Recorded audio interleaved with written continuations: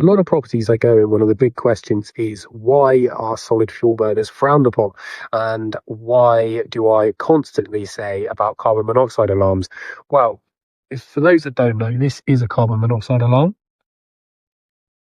They are really cheap to get, and to be honest, especially if you've got a solid fuel burner in your property, it's so important to make sure you have these, because there are so many different factors from a solid fuel burner that can cause carbon monoxide to enter into your property. And as it's odorless and untraceable to us as humans, we won't know that it's there.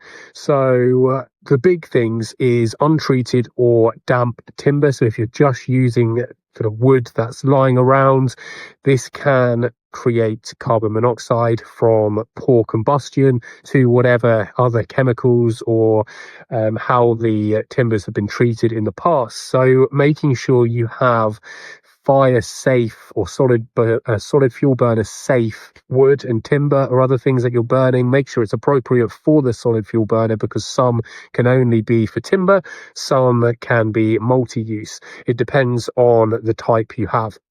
And also the ability to draw air from the outside. If there's poor ventilation in your home or within the room for the solid fuel burner, it is likely going to have issues, and particularly with the combustion, and therefore again carbon monoxide can be an issue.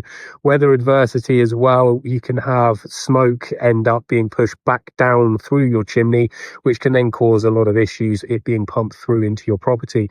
And again, faulty things such as faulty chimney flues, linings, etc., that can cause the fumes that were to typically go out of your chimney to re-enter into your property. So all of these things are really difficult to identify by themselves. So that's why it's so important to make sure you have a carbon monoxide alarm in your home where you have a solid fuel burner.